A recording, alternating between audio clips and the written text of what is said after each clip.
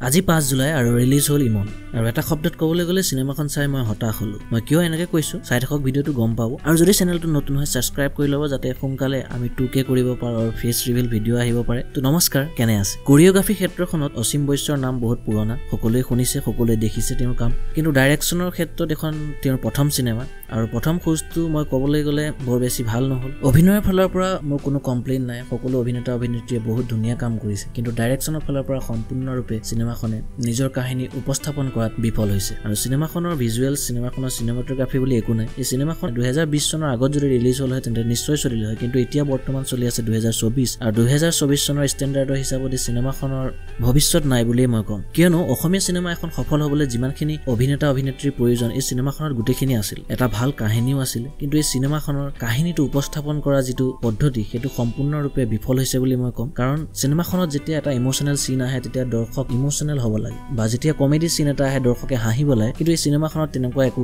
হোৱা মই নেদেখিলো আৰু লগতে সিনেমাখনৰ প্ৰথম অৱস্থাত চাওঁতে প্ৰথম যেটো সিন আহে সেই সিনটোতে ডায়লগখিনি কোৱা অৱস্থাত বেকগ্ৰাউণ্ড মিউজিক ইমান বেছি হাই কৰি দিয়া হয় যে ডায়লগটো শুনাই নাপায় তো সেকেন্ড পইণ্টত মই আপোনালোকক কম বেকগ্ৰাউণ্ড মিউজিক সিনেমাখনৰ সম্পূৰ্ণৰূপে বেয়া হৈছে গোটেই সিনেমাখনৰ অনুভৱটো বেকগ্ৰাউণ্ড মিউজিকটোৱে সম্পূৰ্ণৰূপে বেয়া কৰি দিছে বুলি কম আৰু যেটো বেকগ্ৰাউণ্ড মিউজিক কিছুমান ক্ষেত্ৰত ইমান বেছি হাই হৈ যায় যে আপুনি ডায়লগ কি কৈ আছে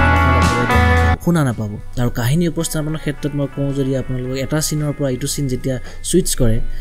তেতিয়া সম্পূৰ্ণৰূপে ইমান বেছি ৰিলেট কৰিব নোৱাৰে যে কিয় এটো হ'ল আৰু কিছুমান সিনটো এনেকুৱা আছে যিখিনি সুইচ হোৱাৰ পিছত আপুনি ভাবিবলৈ অলপ টাইম লাগিব আপোনাক যে কোৰ পৰা আহিলে সিনটো কিয় আহিলে ফাৰ্স্ট হাফটো বহুত বেছি স্লো আৰু আননেসেসাৰী প্ৰথম যেটো গান দিছে কোনো প্ৰয়োজন নাছিলে গানটো আৰু গানটোৰ যেটো টাইমিং হয় একো মিলা নাই কাহিনীটোৰ লগত আৰু গোটেইকেইটা গানৰ ক্ষেত্ৰতে সেম হৈছে বুলি নকওঁ মই কাৰণ সিনেমাখনত 4টা গান আছে আৰু তাৰে 2টা গানৰ টাইমিং ঠিকে আছে কিন্তু বাকি 2টা গান নোহোৱা হৈ কোনো কথা নাছিলে আৰু গান 2টা সম্পূৰ্ণৰূপে সেন্সলেছ আৰু স্বৰ্গৰত সিনেমাখন মই যেতিয়া চাইছিলো ৰিভিউত কৈছিলো যে ফাৰ্স্ট হাফ স্বৰ্গৰত সিনেমাখনো স্লো আছিল কিন্তু সেকেন্ড হাফে বহুত ধুনীয়া পিকআপ লৈছিল আৰু সেকেন্ড হাফৰ কাৰণে ৰাইজে চাবলৈ গৈছিল আৰু খুব ভাল পাইছিল ভাল পজিটিভ ৰেসপন্স পাইছিল হেতু আশাতে মই ৰখি আছিলো যে ইমন সিনেমাখনো হয়তো ফাৰ্স্ট হাফ স্লো আছে সেকেন্ড হাফ ভাল লাগিব বা ইন্টাৰেষ্টিং কিবা হ'ব বাট তেনেকুৱা একো নহল গোটেই কাহিনীটো আপুনি প্ৰেডিক্ট কৰি ল'ব পাৰে কি কোৰ পৰা কি হ'ব নেক্সট সিনটোত কি হ'ব সেইটো মই আগত বহি থকা দৰ্শক দুজনে কৈ আছিল যে নেক্সট সিনত কি হ'ব তেওঁলোকে কৈ হাঁহি আছিল তো বুজি পাইছে আপুনি যেতিয়া সিনেমাখন চাব বুজি পাব আৰু যদি আপুনি সিনেমাখন চাম বুলি ভাবিছে তেন্তে অসমীয়া সিনেমা হিচাপে নিশ্চয় চাব পাৰে যদি আপোনাৰ ঘৰৰ ওচৰত সিনেমা হল আছে 50-60 কিলোমিটাৰ দূৰত গৈ পেলাই সিনেমাখন চোৱাৰ কোনো অৰ্থ নাই আৰু এনেকুৱা একো